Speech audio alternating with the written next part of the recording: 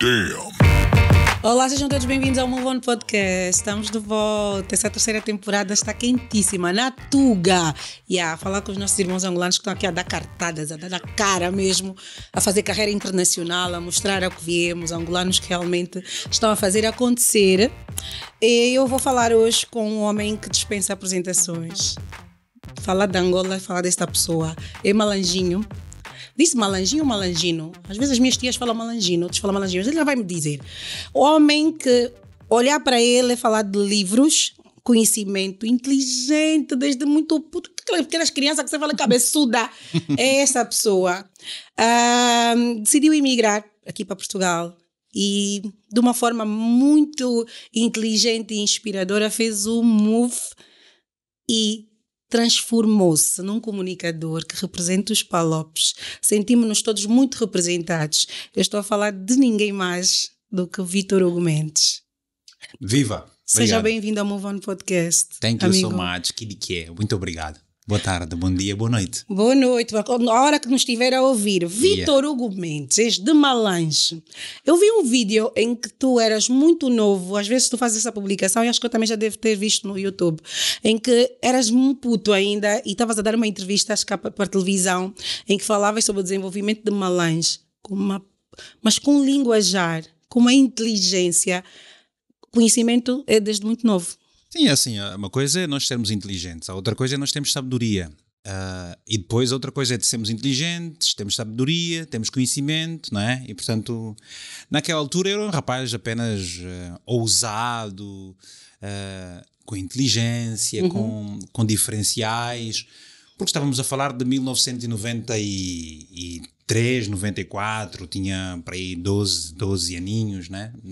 93 tinha já 13 aninhos, mais ou menos, porque eu sou de 82, portanto 10, 11 aninhos.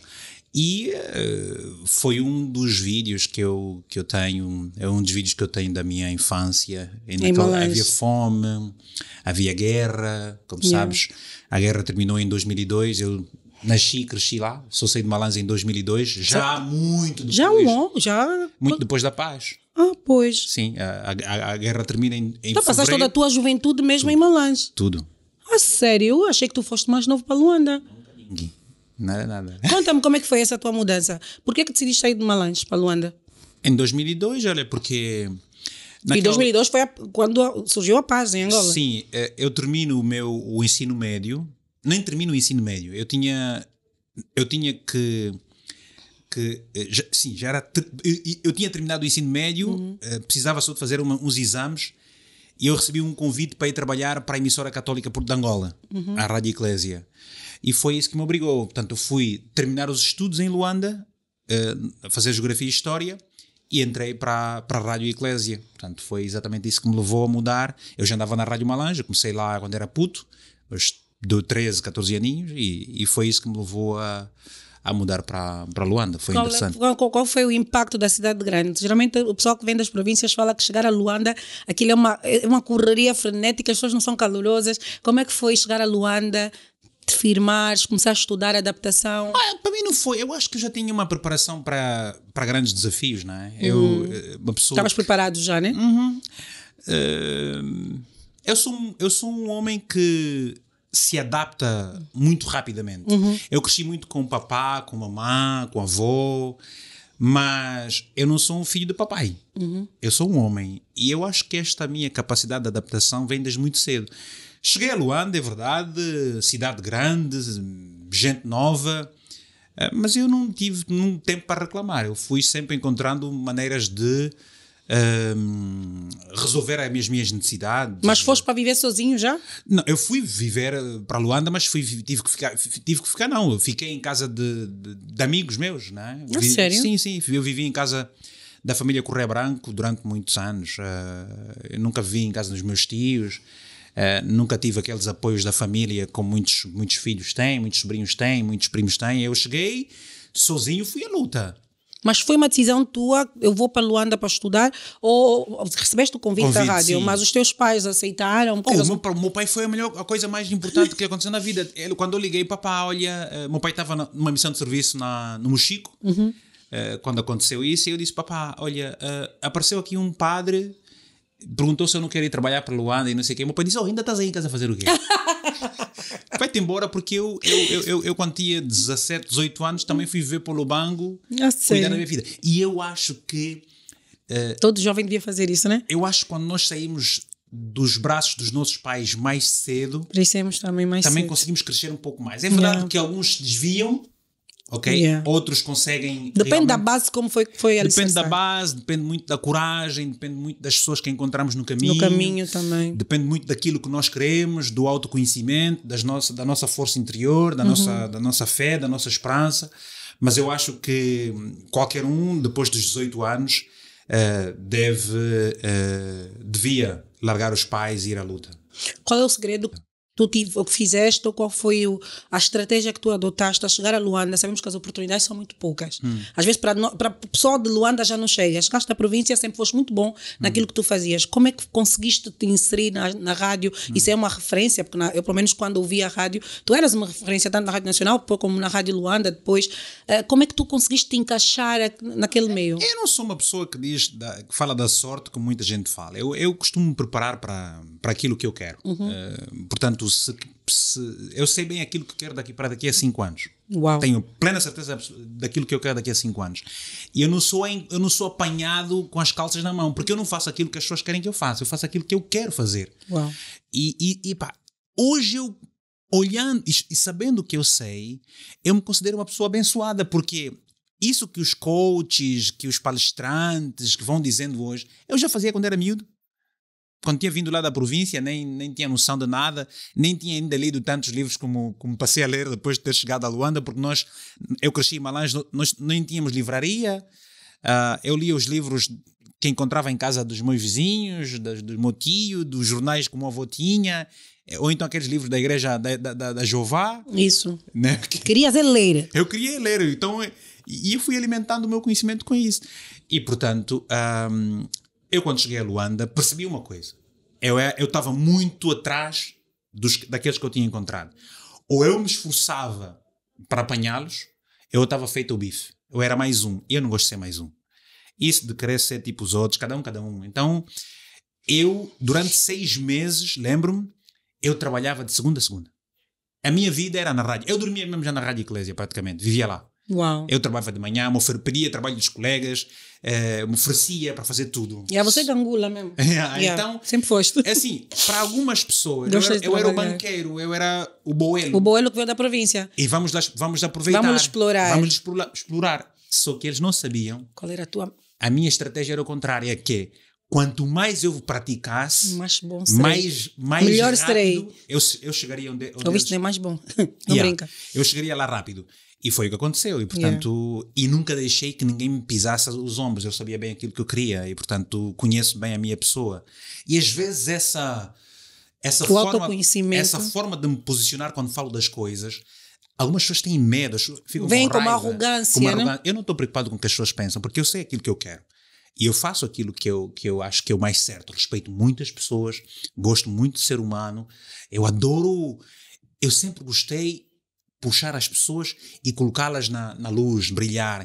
Porque eu estou muito à vontade com a minha capacidade, eu não sou daquelas pessoas que têm medo da concorrência, nem tampouco mais ou menos. Eu acho que todos nós, há lugar para toda a gente.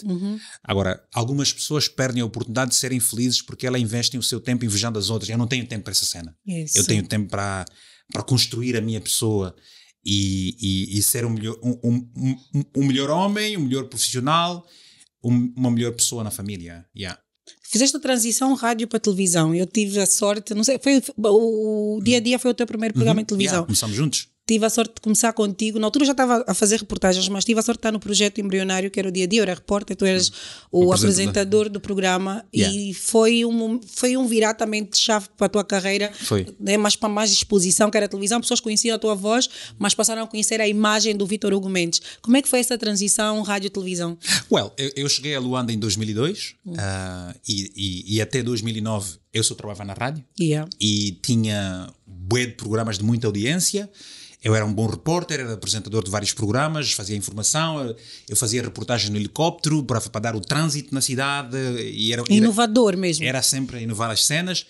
E em 2009 já depois de alguns, acho que 2 ou 3 anos de terem nascido o canal 2 da TPA, tinha lá o Chilar, eu fui participar de uma entrevista e gostaram muito da minha capacidade, da minha imagem, achavam que aquilo iria combinar, foi a Ana Maurício que me fez o convite. Eu aceitei mesmo só porque eu achava que iria ganhar dinheiro, porque o meu sonho não era ir para a televisão. Não, a minha forma de ser, acho que não para aquela caixa. Porque também, vamos ser sinceros, tu estavas sempre a chocar porque tu tens uma forma muito própria e aí tens uma, que eu admiro, que é uma coisa que eu admiro em ti, é o teu se conhecer faz com que tu sejas certeiro naquilo que tu falas e defendes o que tu falas. Então às vezes caber em certas caixas tens que te moldar, não é? Eu não sou uma pessoa de fácil persuasão. Exato. Ou eu não estou para agradar conveniências. E isso, para algumas pessoas, me prejudica bastante. Mas eu acho que prefiro pagar esse preço do que viver com o peso da consciência. O peso da consciência é muito pesado. Yeah. E sim, graças a Deus eu tenho tido da parte da direção das rádios onde eu trabalhei respeito. Eu acho que consigo ser respeitado, porque eu faço-me respeitar muitas vezes, não é? Porque eu não sei estar num sítio que não sou bem tratado e não sou respeitado. Eu vou-me embora. Porque eu não vou para os lugares por causa das coisas. Eu vou servir. Yeah. Se não sirvo, eu não fico. Portanto, isso me permitiu abrir mão sempre das regalias que eu costumava ter nos trabalhos em que eu... Tu ficaste na televisão quanto tempo? TPA... Canal 2. Canal 2 tive 1 ano e 8 meses, por aí. Sério? Só? Uhum. No dia a dia? Sim, eu comecei a trabalhar em janeiro de 2009 e eu em setembro de 2010 deixei. Quer dizer, deixei não. Me tiraram. Ah, sério? Sim, porque eu hoje sei bem o que aconteceu. Mas o pretexto foi um pretexto e eu respeitei o pretexto. Foi uma decisão unilateral tomada pelo Sérgio Neto na altura e pelo... Esqueci-me o nome do outro... O Renato. Não, nem foi o Renato. Foi outra pessoa que eu esqueci-me o nome. Tem aqui o nome gravado na televisão, no telefone, mas esqueci-me. Tomaram uma decisão unilateral de rescindir o contrato comigo mediante 2 coisas que eu solicitei, que era uma indemnização e que era uma carta de referência. E fui-me embora para a minha vida. Só que quando tu constróis referência, o mercado estava a alargar-se, eu saí do bom para o melhor. Fui para o Canal 1, ganhava 2 vezes mais e estava num programa de maior audiência e maior referência, que foi a Janela Aberta. E, portanto, é verdade. Às vezes as pessoas que nos querem a partida mal fazendo-nos um bem terrível. Às vezes há aquela porta que se fecha, mas que era importante fechar para que abrisse outra, né? Aquilo fechou a janela e abriu uma porta, exatamente, se calhar é o contrário. E uma coisa que me fez muita confusão, e na altura quando tu fizeste essa mudança, eu cruzei-me contigo aqui numa das férias e fiz a mesma pergunta que eu vou fazer agora, não sei quantos anos depois. No momento em que Vítor Hugo Mendes era referência na área de comunicação em Angola, tu estavas no auge da tua carreira em televisão, no Canal 1, a ganhar super bem, eras o Vítor Hugo. Por que motivo decidiste emigrar? Motivos pessoais, profissionais? Eu olhei para ti e perguntei, Vítor, porquê? Vítor, tu estás a vir para um mercado que tu não vais ter abertura, porquê? E tu, muito convicto, disseste, eu sei o que é que eu estou a fazer, Wanda. Eu sou uma pessoa que tem muita esperança e muita fé. E eu habituei-me a enfrentar as dores dos processos, o sofrimento. Eu me fiz por mérito. Não tem ninguém que vai me dizer que é graças a ele que eu cheguei. Não. Eu preparei-me para as oportunidades. Quando essas oportunidades chegaram, eu aproveitei as oportunidades. E quando eu entendi que não cabia mais naquele lugar, ou fizeram-me o favor de me tirar, ou eu fiz o favor de sair. Eu fiz o favor de sair. E, portanto, quando eu me retiro, eu me preparo, eu não tomo decisão. Não há arrependimentos. Do dia para a noite. Eu vou-me preparando. Porque é muito mais difícil quando tu, sem estares preparado, tiram-te de um lugar, do que verdadeiramente quando tu te preparas para uma coisa que tu desejas. Vais-te preparando e quando chega um momento, tu sais com menos dor. Ora, eu sou uma pessoa que não cheguei para a televisão atrás da fama nem de sucesso. Eu fui trabalhar. Foste convidado? Eu fui trabalhar. E se eu não estou a fazer aquilo para o qual fui convidado, eu acho que não sirvo naquele lugar.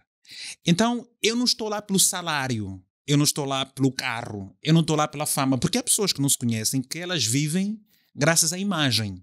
Mas tu imigraste porque, mais Então, uma vez, fecharam-se portas ou janelas e tu viste que no mercado já não dava para ti. Já a caixa já estava pequena para ti, tu precisavas alargar o horizonte? Olha, Wanda, às vezes acontece uma coisa que muda toda a nossa vida.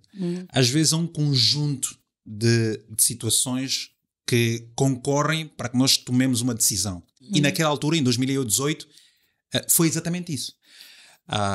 Aconteceram coisas pessoais e profissionais e eu tive que sair. E eu tinha que sair. Eu ouvi uma voz a dizer assim, é hoje. E eu, larga tudo e vai. O grande problema... Mochila nas costas. Sim, eu sou mesmo... Ponho umas 2 calças, umas 2 t-shirts ou coisa parecida, meia dúzia de livros e vou-me embora. Eu não tenho problema em largar. Porque muita gente não consegue... Tem problemas com mudanças, né? Sim, e eu respeito, porque nós somos pessoas diferentes, temos estruturas emocionais, psicológicas, capacidades materiais de sobrevivência de forma diferente. E então, nem todo mundo consegue. Há pessoas que preferem sujeitar-se a muita coisa. E é só 2 vias. Ou te sujeitas ou te sacrificas. Eu sempre me sacrifiquei. E então eu habituei-me a enfrentar os desafios, a largar as coisas e para lutar. Eu estou aqui em Portugal, mas está tudo-se bem. Se a mãe tiver que deixar a coisa, vou sofrer. Parte. Então, eu decidi sair e emigrar. Chegaste em Portugal. Qual era o teu objetivo? Qual era o teu planeamento estratégico? Com as tuas 2 calças, o teu tênis Converse, é a tua referência, o teu tênis Converse. Chegaste aqui, o objetivo era fazer carreira, dizer, vou ver o que é que vai dar. Sabes... Já tinha um chamado, já estava assim com uma visão do que querias fazer cá em Portugal? Às vezes também nós só vamos. E a fé é que nos leva. Nós, às vezes, penduramos-nos num muro e este muro leva-nos até um certo lugar, uma ponte, estamos numa ponte e de repente percebemos que chegamos ao final e temos uma decisão. Saltar ou saltar. E tu saltas, e quando tu saltas, vives aquele processo. A ideia não era ficar aqui em Portugal.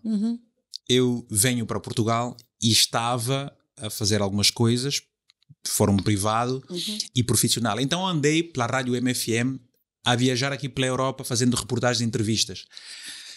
Só que, uma vez mais, a rádio em que eu trabalhava, a Rádio MFM, toma uma decisão unilateral e injusta. Eu sou uma pessoa que... Mas, Vítor, são várias decisões unilaterais. Sim, acontece, é o processo da vida. Uma coisa eu posso dizer, não há empresa nenhuma, não há patrão nenhum que trabalhou comigo que vai dizer, aqui literalmente na minha frente, que eu sou uma pessoa de difícil relacionamento, que eu sou uma pessoa onde trabalha, tem mau ambiente, cria um mau ambiente, não. Eu sou uma pessoa de excelentíssimas relações interpessoais, só que eu sou uma pessoa determinada e convicta no meu trabalho. E então os patrões comigo lidam com respeito, mas são patrões. Exato. Se eles decidem fazer uma coisa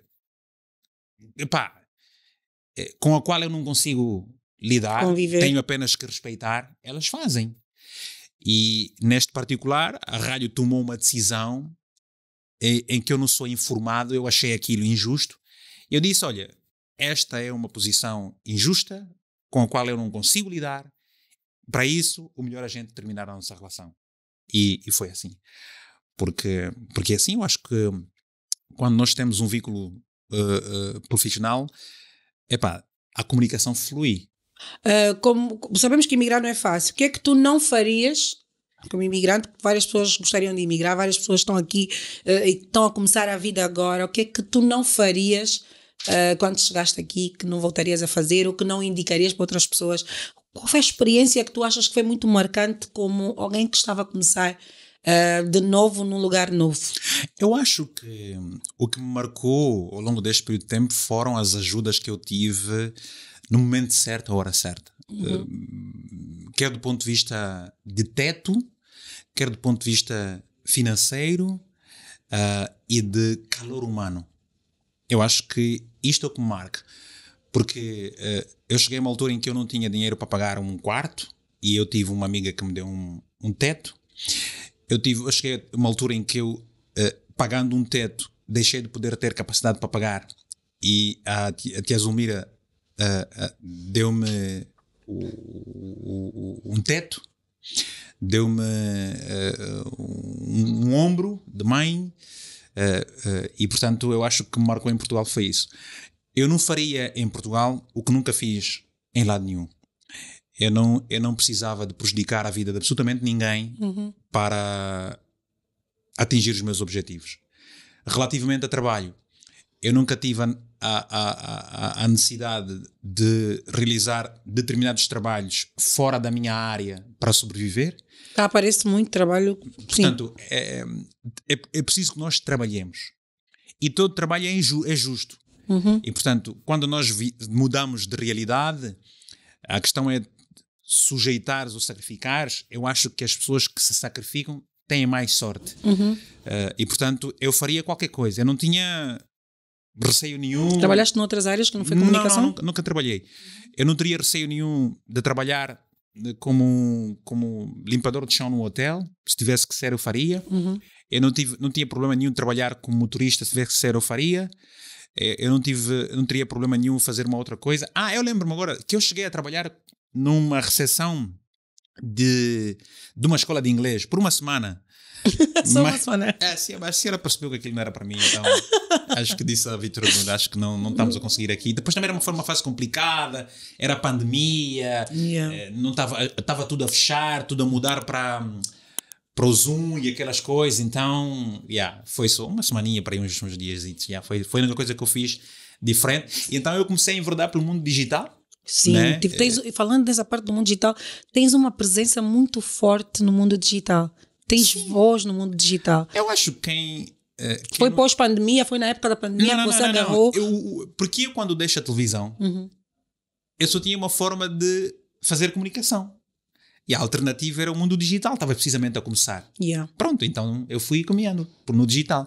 Eu fui fazendo as coisas todas acontecer no digital e consegui, deu para ajudar durante tem ajudado também, é verdade. E é isso. É isso. Acho que Deus sempre me leva. Acaba por te levar para os lugares, sem dares conta, estás a fazer o processo que vai te levar para outro move, né? Uma coisa que falaste agora no mundo digital, eu queria falar da parte dos livros, mas vamos aproveitar a deixa, que é o facto de muitas vezes tu representares muita coisa que eu não conseguiria falar. Como tua seguidora, né? Tu tiveste um papel fundamental em muitas situações. Uma coisa que eu dou conta e que muitos angolanos às vezes criticam é que precisam sair da Angola para começar a falar dos problemas. E eu conheço-te há muito tempo, sei que tu sempre falaste, Vitor. Tu és aquela pessoa que se tiveres que falar na cara vais falar mesmo, se estiver mal tu vais falar. Mas muita gente acabou por te conhecer nessa época em que tu estavas a ter uma projeção no mundo digital. E eras aquela pessoa que quando alguma coisa estivesse errada, mesmo lá em Angola e tu estando aqui em Portugal, tu falavas. Então muitas pessoas começaram a sentir que você lhes representava em falar do que estava mal, fala mesmo, dá sangue e tudo mais.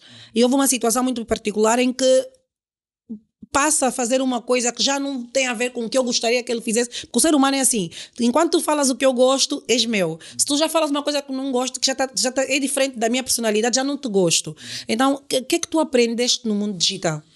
Bom, eu sei que há pessoas que não gostam de mim, eu também não gosto de todo mundo. Isso. E está tudo bem. Agora, o que eu faço é respeitar todo mundo. E faço com que as pessoas me respeitem. Porque quem não me respeita não dou tempo. Aliás, eu já sinto o cheiro da falta de respeito antes da pessoa abrir a boca para falar. Eu já sinto a atitude de falta de respeito antes das pessoas querem movimentar-se muito. O movimento já te diz, e né? eu não dou tempo às pessoas para fazer isso. Esquece, não dou tempo. Agora, é assim, sim, eu em Angola sempre expressei-me em função daquilo que eu achava o que é certo e o que é errado. É verdade, estávamos num contexto completamente diferente e fazíamos as coisas de uma forma diferente, mas fazíamos ela também de forma diferente, obviamente. Quando cá cheguei, foi uma fase diferente. E eu estava a viver uma experiência diferente, uma maturidade diferente, estava num lugar diferente. Então, eu comecei a falar de coisas que muita gente não conseguia falar, mas eu estava num sítio diferente. E eu compreendo e dou razão a muita gente que não diz. Provavelmente, se eu estivesse em Angola, também se calhar não falaria o que Então digo. concordas que muitos angolanos só começam a falar do que está mal quando já estão fora de Angola? Quando estão dentro, têm receio, têm medos. E é muita gente, porque fica muita coisa em jogo também para muita gente, não é? Nem todo mundo tem coragem de perder o emprego e é normal, ok? E é normal que isso possa acontecer. Agora, nós, quando estamos fora, também é preciso dizer isso, nós temos uma percepção diferente das coisas. Temos É a águia que a sim, visão... temos um elemento comparativo muito mais real. E aí conseguimos perceber, aí eleva-se o nosso inconformismo, a nossa tristeza em função daquilo que nós estamos a viver. Então procuramos levar esta mensagem para fora. Bom, estamos num campo privilegiado e eu acho que as pessoas deveriam mesmo agradecer quem está aqui fora e fala sobre a nossa realidade. As pessoas falam pelo amor, né? As pessoas falam pela ligação. Muita gente não fala pela necessidade, fala porque gostava de ver as coisas diferentes. Melhores. Porque se eu não dependo de Angola para viver e eu continuo a falar de Angola como se dependesse daquilo para viver, acho que os angolanos só podiam estar gratos, porque aqui as pessoas têm... Podias ir embora e esquecer, e tipo, basei. Sim, eu acho que sim. Mas não falando propriamente da situação, o que é que tu aprendeste dessa questão do dar a voz, do falar, com a situação que teve das redes sociais, de que já não nos representa, ora representa, sendo uma voz ativa e comunicador, hoje... O que é que tu aprendeste com as redes sociais? Olha, com as redes sociais? E deves estar a falar daquela fase quando eu fui o jantar do Presidente da República, não é? Sim, dessa situação de tu seres o povo dizer que eras avô hoje, porque as pessoas acham que estás contra, falaste alguma coisa, você já não é, ou não és ou és do partido, levam tudo para o lado da política. Certo. Sabes uma coisa, Wanda? O Vítor Hugo Mendes Gigante não é o que as pessoas veem, o que ele faz. É o que ele faz quando as pessoas não veem. Exatamente. E, portanto, eu quando faço as coisas, eu não estou à espera que as pessoas me elogiem. Porque eu faço uma autoanálise das minhas posições. É verdade que todo mundo gosta de ser elogiado. Exato. É bom quando uma pessoa me elogia. Mas quando eu faço um trabalho e ninguém me diz nada, também está-se bem. Porque eu aprecio o meu trabalho. Eu sei bem aquilo que faço. Agora, quando nós tomamos certas posições, é claro que vamos agradar a uns e não vamos agradar a outros. E está tudo bem. O meu problema não foi, a minha reação também não foi o facto das pessoas terem dito que gostam ou não gostam de mim. Porque eu não vou nunca agradar desmoralizado a expectativa, a frustração da expectativa. Não, eu reagi como reagi pela primeira vez. Também foi já também um acumulado de muitas raivas. E porque me faltaram ao respeito. E às vezes é importante nós também... E saber que aquele veículo se calhar não era o apropriado para tirar as raivas que foste acumulando. Qual veículo? Não, das redes sociais. O acumulado de várias raivas, que tu disseste, se calhar aquilo que eu fiz já foi o acumular. Se calhar o veículo utilizado não foi o apropriado, por exemplo, as lives. Não. Quando tem que dar resposta a alguém, você usa o veículo que mais está aqui à frente, não é? Você responde. Porque isso de querer ser muito bonzinho às vezes é muito chato. Eu sou uma pessoa que não sou problemática. Eu não me meto na vida de ninguém. Eu não perco muito tempo a falar da vida dos outros. Quando eu vou fazer um comentário, faço um comentário crítico para pessoas que são servidores públicos. Eu não vou comentar sobre o fulano que foi num programa de televisão e disse o programa que foi no... a vida dele. Eu tenho muito mais que fazer. Tenho livros para ler, tenho textos para... trabalho para investigar... tenho uma responsabilidade grande. Eu não tenho um trabalho de brincadeira, eu trabalho com política internacional, que envolve 5 países. Exatamente. E eu tenho uma responsabilidade. Entrevisto presidentes da República, entrevisto primeiros ministros, entrevisto políticos de alto gabarito, cientistas, universitários. Então eu não tenho tempo para me pôr na vida e ficar a debater coisas. Eu acho que e tenho muito mais para fazer. Para fazer, então exatamente. não vou. Agora, eu vou fazer uma análise, por exemplo, que o presidente fez, ele é um servidor público. Eu não tenho problema com o presidente da República de Angola, nem com nenhuma das pessoas que Mas estão falo no dos governo. seguidores, das pessoas que seguem apreciam o teu trabalho. Os seguidores, olha, quem gosta de mim vai gostar de mim, quem me acompanha há muito tempo sabe como é que eu sou, e está tudo bem. Portanto, o seguidor também numa semana gosta de ti, noutra semana não gosta de ti, numa semana te xinga, noutra semana te elogia. Ele é o Farias seguidor. exatamente igual. Eu? Não faria, eu faço. Porque eu não faço para agradar o seguidor. Eu não estou aqui, eu não sou herói de ninguém. Né? Eu quando faço as minhas coisas, eu não estou atrás não estou atrás de palco para ser o herói dos angolanos. Eu não sou herói de ninguém. Eu faço as coisas Pela por necessidade causa da minha própria consciência, para a necessidade que eu tenho de contribuir para o meu país. Eu não sou uma pessoa que vai melhorar Angola, mas de certo não vou ser mais um angolano a contribuir para que aquilo seja pior. Exato. E nem sempre eu estou certo. Às vezes posso dizer e posso fazer coisas que posso estar errado. E já aconteceu muitas vezes. Mas é a life. Vamos falar do amor pelos livros. Eu tenho uma história muito, muito interessante com o Vitor Hugo. Se calhar não sei se lembras. Na altura eu fazia jornalismo no e-mail.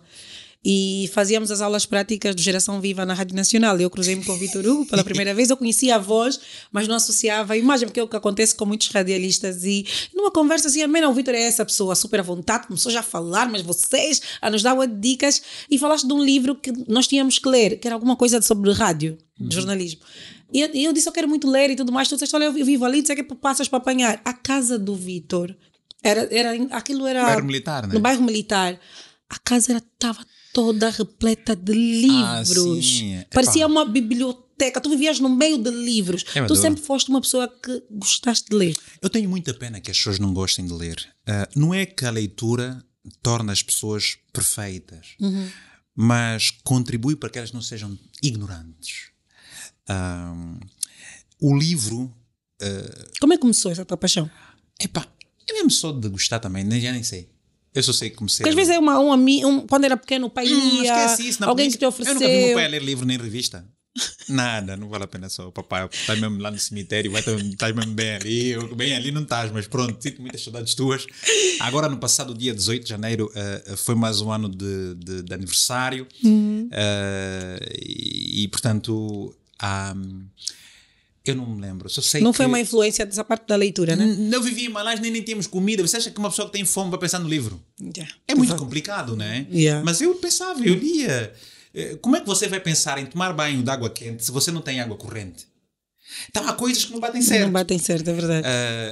Mesmo que as pessoas muitas vezes queiram ler, às vezes não temos o livro. Então é mais fácil em Angola as pessoas tornarem-se alcoólatras do que leitoras. Porque tu tens uma porrada de sítios para comprar cerveja. Mas tens poucas bibliotecas. Não tens livrarias. Já províncias de Angola não tem livraria. Mas isso também, de certo modo, é propositado. Porque as autocracias, elas fazem com que o povo viva no obscurantismo. Eles não investem na educação para as pessoas estarem na ignorância. Exato. Há um texto interessante de... Gunther Anders, de 1954, que é A Omnisciência do Homem, ou qualquer coisa parecida, é um alemão, e ele fala exatamente sobre isso. Como é que os sistemas políticos e naturalmente, eles contribuem para a ignorância do povo. Né? Porque um povo ignorante é mais fácil de ser persuadido, é mais fácil de ser alienado.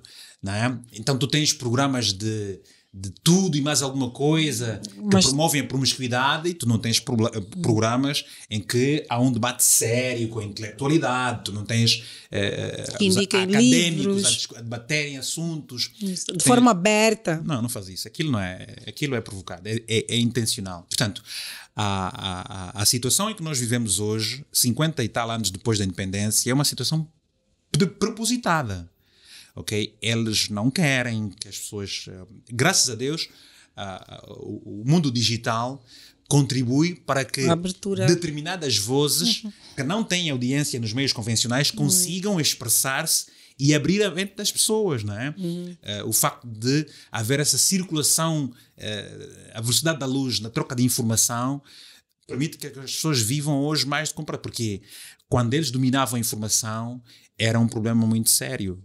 Então, O amor aos livros. O amor aos livros nasceu de uma forma muito natural, lendo revistas, lendo jornais. Que chegavam na província. Chegavam na província. Havia uma revista quando era jovem, o Smash Juvenil, era da Igreja Católica ali de São Paulo, e algumas revistas também. Eu li essas coisas. Meu pai trabalhava na Sonangol e trazia lá umas revistas de Sonangol. Eu li as revistas e tal. Isso foi alimentando a minha cultura geral. Depois, quando fui tendo acesso aos livros, quando já podia comprar, fui comprando os livros e fui lendo. Eu quando tinha entre os meus 20 e os 26 anos, eu lia cerca de 50, 80 livros por ano. Era... A sério? Sim, havia meses que eu lia 12 livros no mês. Eu lia muito. Mas consegue reter toda essa informação? Não, tu não... também não... O livro, tu não retens toda a informação, mas tu aprendes muito. E só mais tarde é que tu percebes que... Eu já li isso. Eu já li isso. Eu já fiz aquilo, ok, e tal. O livro não vai... não estou a dizer que o livro vai te levar ao sucesso material, ao sucesso profissional, vais ser melhor, vais ser uma pessoa mais bonita. Isso aqui. Não, o livro só vai contribuir para o teu despertar da consciência, para o conhecimento, para a tua educação, para a tua formação, para a tua instrução, para procurar ser o melhor cidadão ou um pior cidadão, uma pior pessoa. Depende das escolhas que tu vais fazer. Depende muito do que é que tu lês e da capacidade que tu vais ter. Por exemplo, tu podes absorver todo o conhecimento dos livros, mas depois tu precisas de um ambiente para colocar em prática aquilo que os livros te permitem. Mas assim, tu até podes ser um autodidata, mas precisarás depois de outras ferramentas, de outros elementos que é para desenvolveres a tua própria inteligência. E há pessoas que até não leem, mas têm uma grande capacidade e fazem grandes coisas. Qual é a técnica para ler 12 livros no mês? Não, qual é a técnica que tu... Peraí. É a mesma que tu fazes hoje. Para ler um livro. É a mesma que tu fazes hoje com o tempo que tu passas na internet. Quantas horas é que passas na internet? Imagina uma coisa. Vitor, foste muito profundo, sabes, não é? Não, estou a ser sincero comigo próprio também. Tu não vou ler um livro a fazer scroll. Não, mas scroll. Olha o scroll. Wanda, este livro tem 135 páginas. Epá, se eu ler 10 páginas por dia deste verdade. livro, eu em 15 dias li esse livro. É verdade. Mas eu acredito que eu consiga ler este livro em 5 dias. Porque se eu não tenho acesso à internet, portanto, eu consigo ler 20, 30 páginas num dia. E se leio 20, 30 páginas num dia, em 5 dias eu li este livro. De 130 páginas. Tem a ver com interesse, eu estou a ler um livro hoje, que é o Nexus, que é o livro do Yuval Noah Harari, tem 553 páginas. Eu leio todos os dias pelo menos 10 páginas deste livro. Eu sei que no máximo em 30 dias, porque é uma média de 10 a 15 páginas por dia, eu em 30 dias li aquele livro de 500 páginas. Eu já tenho os livros todos separados, os 5 livros... Sim, tu és destes que separa os livros que vai ler no ano, não é? Eu não leio tudo, por mais vontade que eu tenha. Agora, há livros que eu começo a ler e não acabo. Porque eu sei que não está a entrar, o conteúdo não está a combinar comigo, eu não tenho a capacidade intelectual para perceber aquela mensagem e, portanto, eu termino. Tem também essa questão, que às vezes não estás preparado. Uma amiga ofereceu-me um livro que é Mulheres que Andam com o Lobo e ela disse, não vais ler agora. Quando tiveres 40 a mais, tu vais ler e vais perceber melhor o livro. Depende das experiências. E há essa coisa de que às vezes não estás pronta ainda para aquela leitura e estás pronta para entender aquele livro. Maturidade não é idade. Então, dizer assim... Por mais vontade que eu tenha de ler todos os livros, não consigo. Há livros que eu começo a ler e não termino. Há uns livros que eu leio e acabo, certo? Há livros que eu leio mais de uma vez e eu não vivo a minha vida sem a leitura. Portanto, são os 5 dedos da leitura. Eu não leio muito, ao contrário do que as pessoas pensam. Eu leio um pouco todos os dias. Agora, o problema é que as pessoas não leem e acham que eu leio muito. Isso é diferente. E é daí que vem, já são 2 livros que tu lançaste. Eu lancei 6 livros. Já são 6? Eu tenho o azul. Pensamentos. O Pensamentos. 2013.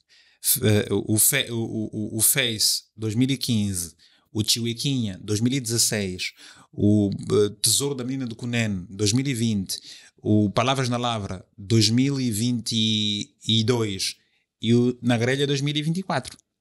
São 6. E esse interesse pela escrita veio de muita leitura. Eu acho que é um casamento perfeito. Casamento, portanto, nós ao lermos, tornarmos-nos leitores, conseguimos aprender algumas técnicas, até desenvolvemos uma certa capacidade, porque o grande problema das pessoas é pensar. Pensar e depois construir as ideias. Exato. O livro permite-nos isso. O livro não é só uma questão de nós vamos absorver. O livro é uma forma de nós construirmos capacidades também. Quando tu lês tens uma capacidade de articulação das palavras muito maior. Quando tu lês, tens uma capacidade muito grande de desenvolvimento de qualquer tema, porque tens cultura geral, conheces muitas palavras, conheces o mundo no imaginário. E é isso, né? O livro tem estas múltiplas capacidades, muitas vantagens. E tu és o homem, a pessoa ideal para falar sobre essas todas funções intelectuais. Vamos falar do, não sabes, né? Não sei, não. Modesto, tu. Vamos beber um bocadinho d'água. Vou falar agora do quê? Do Naná, este livro. Primeiro, onde partiu o interesse para escreveres? Uma das grandes dificuldades que eu acho que nós temos como angolanos, e eu acredito que é daí onde está o problema da juventude não ter referências nossas, é que muitos fazem uma carreira bonita, uma história inspiradora, mas acabam por não escrever. Muitos mais velhos que já se foram, que fizeram grandes coisas, nós não temos dados. Dependemos de histórias que terceiros contam, né? E hoje começa a haver um movimento que eu fico muito feliz de ver pessoas que começam a escrever, a narrar a nossa história. Tu tens uma UESA que consegue contribuir, tu conheceste, investigaste, e a minha filha vai poder ler a história do Naná, que eu acho que é um ícone da nossa cultura que é importante, está escrita a história dele. Eu acho que é essa falta que nós temos. O Vitor Hugo precisa escrever a história dele. Eu não quero amanhã que alguém me conte que existiu um monstro que lia bué e que passou nas rádios. Não, o Vitor é que tem que escrever porque tem coisa que ele não vai contar. E nós temos esse problema, nós não escrevemos. Algumas pessoas acham que eu escrevi este livro para ganhar dinheiro. Que as pessoas não sabem que eu escrevi este livro para ficar na história. Era importante escrever. É importante fazer diferente. Yeah. Daqui a 50 anos muita gente poderá não me conhecer. Mas vai ler algo que eu escrevi. Exatamente. Muita gente não conheceu o Vitor Hugo, mas já ouviu falar dos seus livros, o francês. E é isso. Hoje as pessoas não estão preocupadas em construir um legado, que é imaterial. Exato. Elas querem ter, porque acham que é tendo que serão. Ser. Não, elas querem ter, porque é tendo que serão. Eu acho que é o contrário. Eu sou, eu faço e eu terei. Só que o ter não precisa necessariamente ser material. Entendes? Porque quando tu conquistas e consegues fazer coisas imateriais com um valor inestimável, por mais que tu tenhas dinheiro, tu não conseguirás pagar. E é quando tu começas a pensar desta forma, tu tens uma estrutura de vida completamente diferente. O grande problema é que nós achamos sempre que figuras de referência são pessoas mediatizadas, são pessoas famosas. Não. Há famosos que não são referência. Absolutamente em nada. Mas também se promovem estas pessoas famosas que têm a sua estrutura, mas não têm conteúdo. São ocas, não têm sua imagem. Porque interessa. Interessa desviar a atenção. Porque quando tu consegues colocar um intelectual a passar fome e consegues uma pessoa qualquer sem conteúdo a fazer um programa de televisão e a vender promiscuidade, tu estás a desencaminhar uma sociedade. As crianças a acreditarem. Tu estás a desviar a atenção. Exatamente, esse é o receio. Tu estás a levar as massas a não pensar. E a juventude a acreditar que para chegar lá é seguindo esta pessoa que está oca, que não tem conteúdo, não, mas que não tem nada. A juventude não tem culpa. Mas ele a juventude, ela consome aquilo que dão. Aquilo que é exatamente e, isso. portanto, quando tu consegues colocar um intelectual a passar fome, a sofrer, e tu consegues pôr qualquer pessoa a vender e a mostrar promiscuidade na televisão, tu desvias a atenção. Porque se tu alimentas um intelectual, ele transforma a sociedade, ele faz com que as pessoas fiquem despertas. E quando tu deixas o intelectual a passar fome, a sofrer, as pessoas vão dizer assim, não, se esse que estudou intelectual está assim a sofrer, eu vou ser como aquela pessoa. É essa situação. Só que estas pessoas que provocam isso, elas esquecem-se de que elas próprias serão também engolidas por aquilo que elas semeiam. É a lei da reciprocidade. É verdade. Não conheço ninguém que semeia vento e colhe felicidade. Portanto, quem vai semear vento vai mesmo colher tempestade. E é aqui que se paga na terra. Não vale a pena pensar que vai se pagar que só lá em cima, quando chegar no livro, né? Não, está tudo apontado. Mesmo aqui. Olha, eu vou falar do Na Grelha. Eu acho que ele não tinha noção da grandeza que tinha. E eu acho que o próprio sistema também, o país em que nós temos, e eu como artista falo na primeira pessoa, é seres tão grande, mas não teres uma indústria ou para agarrar um artista como foi o Na Grelha, de cuidar mesmo, porque quando tu percebes que ele era um fenómeno. Eu vou te contar a história. A primeira vez, eu infelizmente não frequentamos os mesmos lugares. Eu fui ao Quilamba tratar um documento à Conservatória do Quilamba e tinha um restaurante, o Naná estava lá. Vi um movimento, muita gente, o Naná está aí, o Naná está aí. Eu sempre quis ver o Naná pessoalmente. E eu estava no carro, eu dizia, mas confusão. E a pessoa que estava comigo, não, parece que o Na Grelha está aí, está a almoçar, estava a tomar sopa. Porque era assim de manhã. Eu disse, eu quero ver o Naná. Eu quero ver pessoalmente o Naná. Eu inventei de comprar uma água e eu vi só o cabelinho dele branco na mesa, ela tomou sopa e eu disse, não, tenho que dar 2 beijos, eu tenho que dizer que eu sou fã.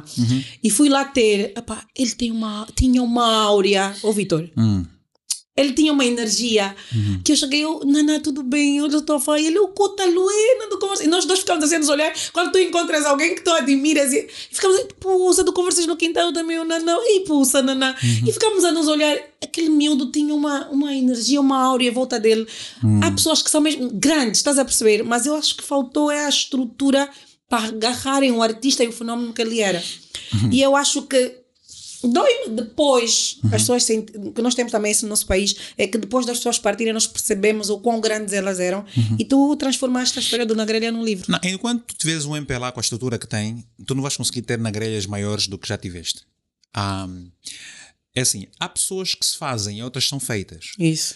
O que é que eu quero dizer que há pessoas que se fazem? Elas fazem-se, elas próprias. O Vítor Gomes fez-se. O Na Grelha foi feito. Embora ele já fosse. Ok? E nem sabia. Pronto. O Na Grelha, ele próprio, como tu disseste bem, ele não sabia a dimensão que tinha. Não sabia. Mas tu podias... o Na Grelha podia ser uma figura de grande relevo ele mobilizava internacional. massas. Podia ser. Porque tu tens pessoas que são grandes no seu município e não são grandes na província. Tens pessoas que são grandes na província, mas não depois depois não são grandes a nível nacional, depois tens pessoas que são grandes a nível nacional e tornam-se gigantes a nível internacional. Porque há estruturas que fazem essas pessoas, porque é tudo um lado comercial também, tens que ver isso aqui, não é? E depois tem o lado comercial, depois tem o lado do país ganhar com isso, do ponto de vista cultural, do ponto de vista económico e por aí fora. Uma figura como o Na Grelha podia gerar milhares de empregos indiretos de variadíssimas formas, a nível nacional e até a nível internacional. Portanto, hoje tu tens o Gilmário, aqui em Portugal, vais conversar, o Gilmário é uma figura que gera muitos empregos a nível nacional, aqui em Portugal, diretamente, muitos empregos indiretos, e o Gilmário gera empregos diretos e indiretos em Angola. Mas é exatamente isso. Mas tem uma indústria que agarrou o Gilmário e capitalizou a imagem, o artista que ele é, sim, para transformar num produto. Mas isso é quando os países não são autocráticos, não é? Não têm líderes autocratas. Quando a sociedade tem uma economia paralela à conveniência política, portanto, as pessoas têm exatamente essa possibilidade de crescer. Porque aqui, em Portugal, seja PS, PSD, Iniciativa Liberal, Bloco de Esquerda, Chega, o que for, o Gilmário faz o seu trabalho, tem mercado, tem consumo. Nada tem a ver com... Então, nós misturamos muito. Nós não. Eles misturam muitas coisas e separam as coisas, não é? Isso me convém. Faz. Isso não me convém, não é do meu, não faz. Portanto, bloqueiam capacidades, matam talentos por causa de conveniências políticas, e eles sofrem, vivem também, não são felizes, os nossos políticos não são felizes, não. No meio dessa investigação para escrever o livro, que histórias é que podes nos contar e que artista tu descobriste? Acho que já conhecias. Eu conheço o Naná, mas ao escrever o livro se calhar tu vais mais a fundo. Eu realmente rendo uma figura do Na Grelha, porque ele é um rapaz, não tinha escolaridade quase nenhuma. Exato. Mas tinha uma sabedoria que muitos intelectuais não têm, né? Muito grande. Não têm. E ele, de facto, disseste, ele não sabia a dimensão que tinha, porque ele não teve um treinador, uma sociedade que pudesse ajudá-la Um a mentor. perceber. Sim, um mentor, para ser muito maior. Ele fez o que foi possível fazer. Eu tive muita pena de não conviver com ele, mas cada realidade é uma realidade e, portanto, nós somos pessoas de uma estrutura completamente diferente e só um milagre nos colocaria juntos a conviver, vale a pena dizer isso. Mas descobri uma pessoa muito grande. Portanto, o livro é um documento que aí está. Tem uma biografia, tem outras histórias. Fiz a minha parte. O público conhece coisas que nunca ouviu serem contadas. Está no livro. Ok.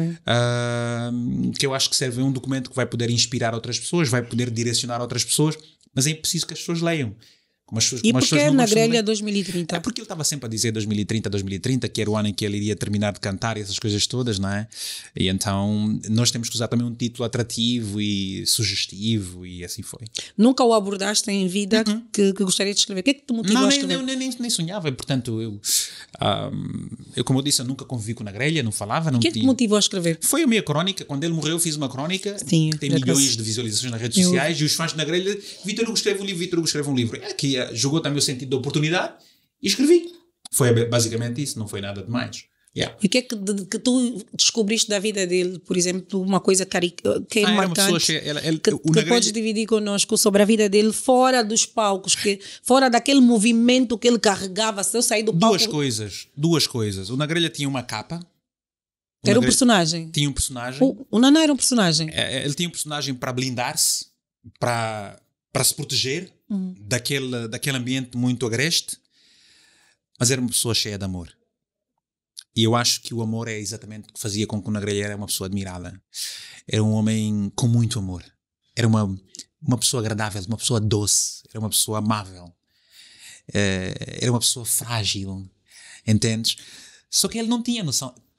Eu não sei se... Bom, agora também tenho dúvidas de algumas coisas, né? Mas eu acho que ele era muito querido, humano, não é? Muito humano. Antes de qualquer profissional, era muito dessa humano, grandeza. tinha muita empatia e era uma pessoa cheia de amor. Aliás, só tendo muito amor, conseguia ser uma pessoa com muita empatia.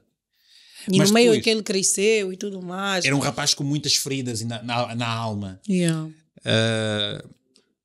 Mas foi uma pessoa que conseguiu viver a vida com a sua intensidade. O que é que falta? Eu acho que, por acaso, a temporada passada falámos sobre gestão de carreiras com muitos artistas e produtores de artistas. Achas que ainda pecamos muito na questão da gestão de carreiras de muitos artistas? Por isso é que ídolos e ícones como o Nagrelha hoje não fazem parte do mundo dos vivos ou não poderiam chegar a carreiras internacionais? Se tu tiveres uma sociedade com um sistema político como tens Angola, não vai acontecer. Daqui a 30 não teremos ícones internacionais. Nós, se o MPLA continuar a governar, nos próximos 10 anos vamos estar piores. Porque é uma sociedade que a conveniência política bloqueia a criatividade. A criatividade é uma coisa que tu não podes ter... Tu tens de ser livre para criares. Se tu não fores livre, não crias. Se não crias, não desenvolves. Porque tu para criar tens de ter dúvidas. Tens que ir atrás da dúvida de pensamento. É aquilo que faz, por exemplo, a academia. Como é que os cientistas crescem? A dúvida constante. Vão atrás das várias perguntas para responderem a uma dúvida. Têm sistemas autocorretivos. Ou seja, o sistema político trabalha, mas depois tens um sistema legislativo que trava os exageros do sistema político. Depois tens um sistema judicial que supervisiona todo um sistema. Portanto, enquanto nós continuamos a ter um sistema político como nós temos, podes ter certeza que nós não vamos conseguir ser felizes. Nós não podemos ter uma sociedade politizada. Portanto, a política pode continuar a ser política porque também é falível, como somos falíveis nas nossas vidas profissionais e pessoais, mas um sistema de minoria que quer controlar em absoluta a maioria, que finge que a maioria tem voz e que ela representa a maioria, não é um sistema saudável. E, portanto, é um sistema que nos condiciona a desabrocharmos as nossas capacidades. Há pessoas que preferem viver na falsidade, preferem alimentar o ego, conveniências, encherem-se, cada vez mais cá fora, quando elas continuam cada vez mais vazias lá dentro. E, portanto, se em 2027 nós não mudarmos aqui o paradigma rápido, nós não haverá milagre para nós. Porque ou a gente faz bem feito, copiando exemplos como se fizeram noutras realidades, ou se nós continuamos a insistir, a persistir em algo que nos deu provas há 50 anos que está errado, nós estamos feitos ao bife, estamos condenados. E, portanto, é isso que nós temos que perceber. Não é o presidente, não é o governador, somos nós. Todos nós. E sobretudo, aquelas pessoas que estudam, que viajam, que têm a sorte de terem tido a oportunidade para estarem em lugares esses que podem contribuir para as mudanças que o país precisa. Se elas não perceberem que elas estão a plantar vento, elas vão colher tempestade.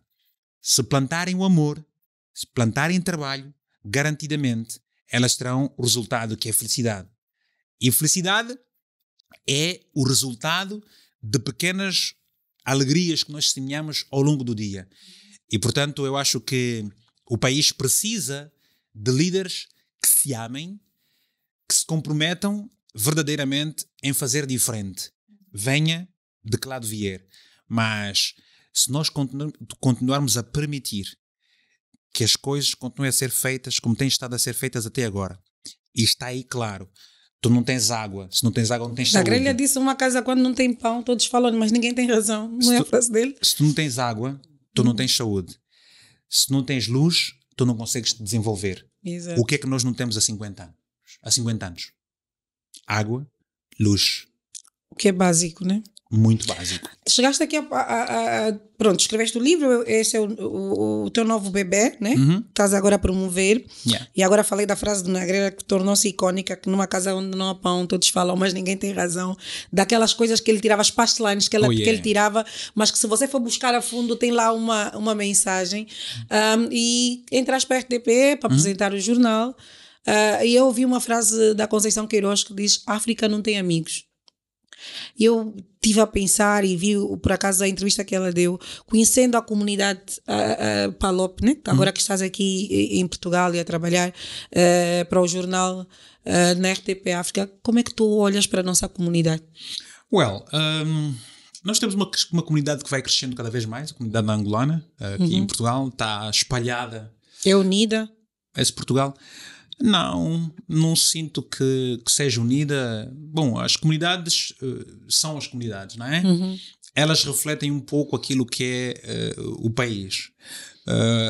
Porque aqui também quem deveria nos unir também contribui para que nós não sejamos unidos. Mas vocês, já estando fora do país, o que é que falta para essa união? Falta pessoas que compreendam que Angola é de todos nós e que todos nós precisamos do bilhete de identidade, todos nós precisamos do passaporte, que a embaixada não é em Pelá, que o consulado não é do partido, não é do governo, portanto o Estado somos todos nós, que o facto de eu pertencer ao partido A não tem que necessariamente ficar indiferente ao partido B. Nós aqui, em termos de comunidade, há também tudo isso. Nós somos um reflexo do que acontece sério? em Angola, sim. Mas há pessoas enquadradas em várias partes, angolanos que são médicos, angolanos que são jornalistas, angolanos que estão nos transportes públicos a trabalhar, estão nas empresas, são operários. Portanto, os angolanos aqui vêm em procura de oportunidades, têm feito as coisas, respeitam o país, contribuem para a segurança social muito mais do que aquilo que recebem quando precisam.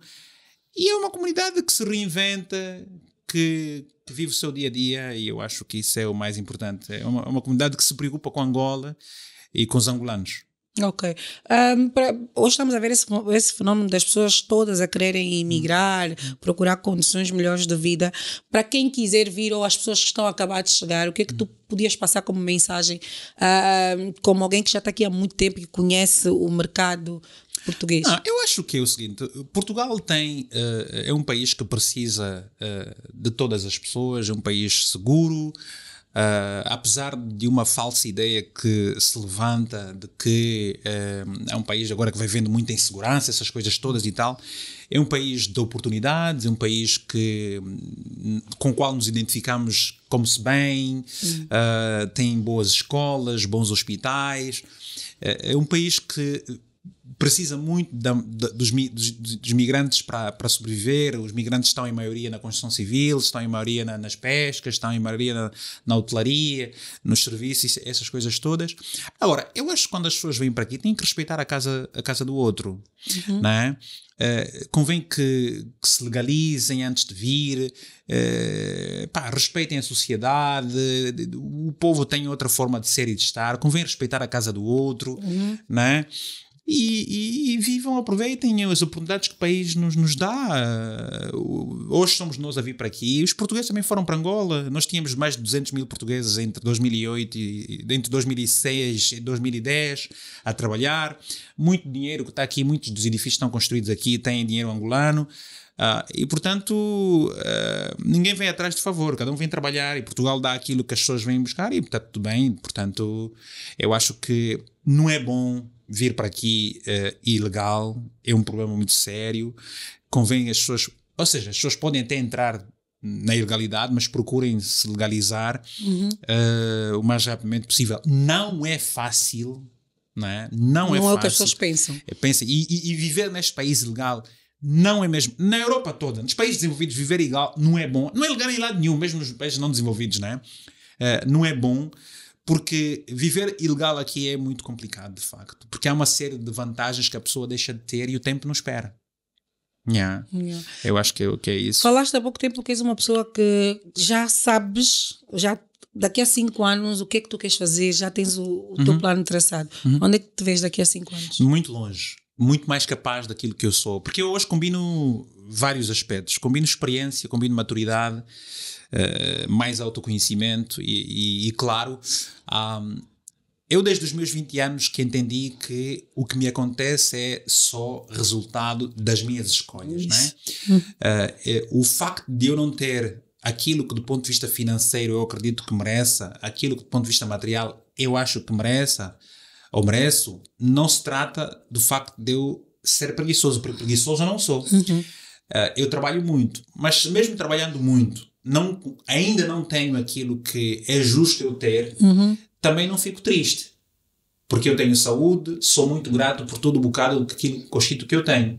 E vivo a vida, mas tenho feito por merecer algo diferente. Agora, quando Deus permitir que aquilo que eu mereço deverei ter, que do ponto de vista humano, carnal, material, também nós teremos, vai acontecer e vou saber viver. Agora, o facto de não ter, não posso ser ingrato, porque Deus me tem permitido ter tudo no seu momento certo. E perceber essas cenas é maravilhoso. É muito bom. É maturidade também. É maturidade, não é? Temos Estamos a ver, tu sempre foste estudada livros, comunicação, e agora eu tenho acompanhado nas tuas redes sociais. O teu filho é um comunicador nato. A seguir as pegadas do pai, a forma como ele fala, a voz. É uma coisa que ele gostaria de seguir. Notas que os teus filhos têm inclinação para isso? Os meus filhos têm talento e eles desabrocham os seus talentos desde muito cedo. O Klein tem 17 anos, ele desde pequenino que é fã de microfone. Por que será? Bom, eu não sou aquele pai que vai empurrar os filhos para uma profissão. Toda profissão é importante. Portanto, o que ele escolher ser, desde seja um trabalho com a sua dignidade, motorista, comerciante, jornalista, médico, sapateiro, alfaiate, o que ele quiser fazer, desde que não seja para roubar os outros e prejudicar a vida de outras pessoas, eu vou dar-lhe todo o suporte. Graças a Deus, eu fico feliz que ele tenha o dom da comunicação e gosta de comunicar, mas embora ele hoje está muito envedado para o futebol, portanto, força aí. Depois, o Yunasi canta, ainda não sabia falar, Já cantava, tem dom para a música e, portanto, e para representar, olha, tá vendo? Uma pessoa sério? meu filho representa aqui uma coisa brutal. Eu admiro quando ele fica a imitar as professoras, os colegas e tudo mais, o jeito que ele tem de representar. Uau. E a capacidade que ele tem é muito forte. Canta e representa muito bem. A minha filha Roberta é uma cantora também muito forte, uma mulher que tem uma desenvoltura de comunicação brutal, tem só 9 anos, não sei se vai ser para música, não sei se vai ser para representação, porque Mas comunicar será? a família da mãe tem muito jeito para música e para representar. E, portanto, vamos ver o que vai acontecer. Olha, Vítor, eu vou agradecer Uau, a tua presença aqui. Dizer que sou tua fã, mas não é de agora, você sabe. É de há muito tempo mesmo, da buereré, de 1500 anos atrás. Dá-se um 4 aqui, então. Nada, assim. viemos de longe, meu irmão, esquece. Dizer que sinto-me feliz de quando nos encontramos no Colombo e a tua certeza de que sabias o que é que estavas a fazer, e na verdade eu que estava errada quando tinha medo do movimento que fizeste de sair de Angola para aqui. Hoje inspiras outras pessoas, estás a comunicar de forma como sempre fizeste, com a tua verdade. Ou estás no jornal, é o Jornal dos Palopes, não é? Sim, hoje eu faço um programa que se chama Tenha Palavra, às quartas-feiras, em direto na RTP África, que fala sobre política, dinâmica social dos países africanos de língua portuguesa. Tem um programa na RTP3 Internacional, que é do Algarve à Lapónia. Pronto, este ano se calhar começa um outro programa lá também, não é? Sei isso o que vai acontecer e tal. Sim, perguntei-te aqui há 5 anos onde é que te vês, quais são as próximas cartadas. Só falaste que se Deus me der, fala tudo. Não, vai começar alguma coisa. Acho que vou continuar a fazer com que as pessoas tenham voz, criando coisas nos meios alternativos. É isso que eu gostava de dizer, mas eu gostava, mesmo para fechar, dar uma resposta a uma pergunta que muita gente me faz. Vítor, qual é o segredo para o sucesso? A pergunta era, já te sentes realizado, mas vamos, qual é o sucesso? Qual é o segredo para o sucesso, Vítor? Não sigam o sucesso. Façam as coisas que gostam de fazer com amor. Principalmente quando ninguém estiver a ver. E quando as pessoas virem, se as pessoas vos elogiarem e baterem palmas, agradeçam. Se não fizerem, fiquem felizes, porque vocês se preencheram. E o sucesso virá. E quando ele vier, continua a caminhada, não liguem para ele. Porque vocês não estão pelo sucesso, vocês estão por fazer as coisas que gostam de fazer. Eu não estou na comunicação por causa de sucesso. Eu estou na comunicação porque meu dom e o meu talento, eu gosto de fazer isso. E portanto, se estiverem 1000 pessoas a ver, se tiver uma pessoa a ver, eu estou a fazer exatamente igual. Portanto, eu acho que quando as pessoas estão preocupadas com o sucesso... Eu costumo perguntar, quando me fazem nas entrevistas, Wanda, o que é sucesso? Define-me sucesso. Define-me sucesso, porque o sucesso, o que é para mim sucesso pode não ser para ti. Ter saúde é ter sucesso para mim. Eu acho que estar com a família, estar com pessoas que eu gosto, sim, fazer coisas que eu gosto. Isso depois tem vários ângulos. Exatamente. Né? Mas a pergunta de sucesso que as pessoas me colocam, e eu percebo... É realização profissional. A tendência é mesmo realização profissional e financeiro material. Ok. Porque há pessoas que acham que se não têm dinheiro, não têm sucesso, não estão felizes. Se não são mediatizadas, não têm sucesso, não é feliz. Não é o caso. Ok. Olha, vou dar os parabéns. Obrigada por escrever esse livro. Agradecer-te mesmo. Ainda bem que documentaste. Termos o Naná em páginas, podemos conhecer a história dele e saber que ele não passou por aqui em vão, porque é um grande ícone nacional. Lembro-me de vários debates entre ele e o Sebem, em que eu matava-me de rir, mas eram 2 ícones muito grandes que transformaram o Kuduro no Kuduro de hoje, que é hoje, né, que nós estamos habituados a ver. Então, obrigada por este livro, obrigada por tudo que tens feito, pela comunidade e não só, e continuarei tua fã, independentemente do que tu fizeres. Sabes que tens aqui a tua mana que te admira muito, mas de verdade, antes das redes sociais, eu admiro esse camarada mesmo muito demais.